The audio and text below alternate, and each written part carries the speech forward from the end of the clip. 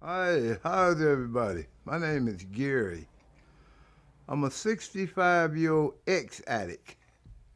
You notice I say ex because I no longer use, nor do I have the desire. Thanks to my God, some people call him higher power. He's my God. He's taken the desire away from me. Let me see, I was born in the 50s. I'm an inner city kid. Uh, Drugs was never a thing because I stepped over junkies. I was a, born. Well, I wasn't born in the project, but I lived in the projects. I pretty much spent my teenage years in the projects. Junkies were all over the hallways shooting dope. It was no big thing because I was never gonna be like them. So, I just stepped over them and went about my business. Uh, I actually didn't put myself in the category of an addict. I see people using. I'm not them. Because, see, my mistakes were I was never homeless. I was never jobless. I was never carless. So, and all those things were addicts. Those were addicts. So I thought. But as I reflect back, I had so many addictive behaviors. I mean, I've had countless relationships, and I brought toxicity to every one of them. I mean, I was not a nice guy due to some anger issues. I was raised by a very respectable lady. I had my father in my life, but not in my home. But I thought he was a giant. Alcohol didn't mean a thing. My dad drunk every day, all day. He worked. Well, let's say he went to the job. I don't know if he worked. I didn't go with him. Uh, but when was introduced to alcohol, I was probably about 14, 15 years old. I hated the taste, but I liked the effect. So I sneak around. Me and my buddies, we stand on the corner and we get somebody to do. We used to call it score for us. We put all our little money together and send one of the older guys and preferably a wine head because he didn't charge too much. Let him keep the change. He was fine with it. We sent him that. I grew up when they had quarts of beer. They didn't have, it was the structure different back then. They had quarts of beer. So we sent him in there for 3 or 4 quarts. It might be 5 or 6 or 7 of us. And we passed the bottle around. We didn't get no cups or nothing. We popped the top off. Then later, we started drinking wine and smoking pot. First time I smoked pot scared me to death. Everything turned red. I said, oh God. But that didn't deter me. I smoked it again. Uh, Addictive behavior became a lifestyle. I mean, I grew up, like I say, in the inner cities where I watched junkies and pimps and hookers, and hey, they were my idols. That man that went to work every day, came home all muddy.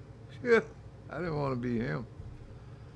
But anyway, as life progressed, I um, I became more and more addicted, not even knowing it. Just beer here, a joint. It just was. I used to smoke weed back in the '70s. I used to smoke weed with my boss on the way to work. He picked me up with a joint in his hand. I'd hit it and we'd go to work and work all day. Never thought about it. We smoked weed for lunch, and it was no big thing. Uh, as my life progressed, so did my addiction. Um, like I say, it took me a long time. I'm 65 years old, and for me to actually admit that I was an addict. When I was an addict, my last episode, I don't have to go to my bottom because although they are different, they are still the same at the same time. I mean, my bottom is the next man's bottom. Whether he's eating out of a dumpster and I'm eating gourmet, my bottom is my bottom because I can't take it no more. At my last episode, I knew I didn't want to use, but I didn't know how not to use. I sat there with a pistol on the table, 4 grams of cocaine, a bottle of Jack Daniels, smoking and drinking. And remember, I said I didn't know how to quit. I sat there wishing the police would kick the door in. I'd go to jail or I'd go to hell. But I would end this addiction.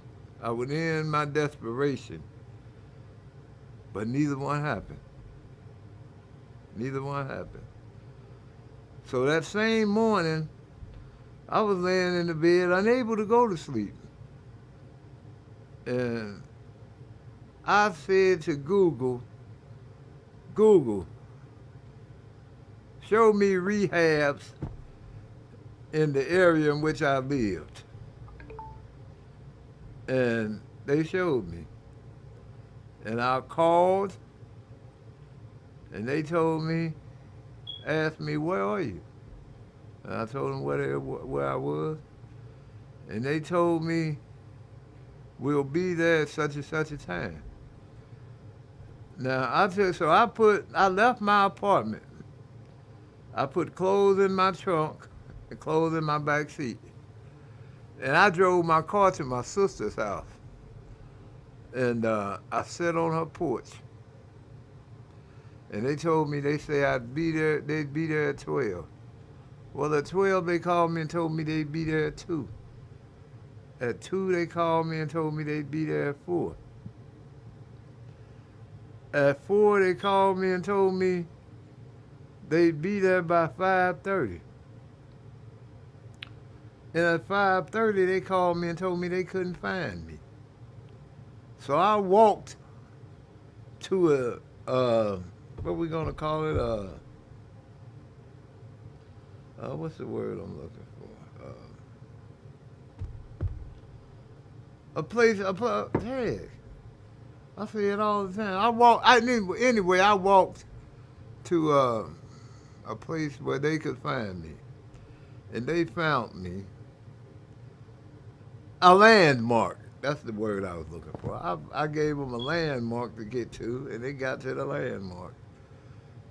And I put a few clothes in the back of the van, and I went off to rehab. Now, in rehab, they made me face some realities of my life. Some I didn't want to face. But it took that to bring me to where I am.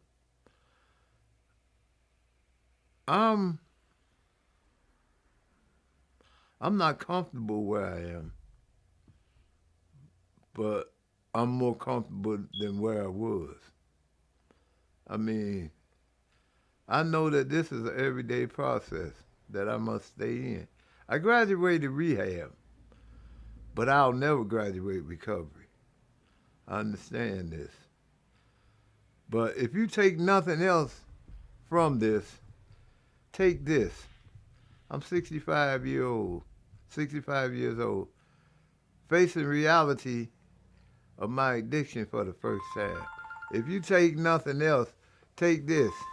You don't want to be me.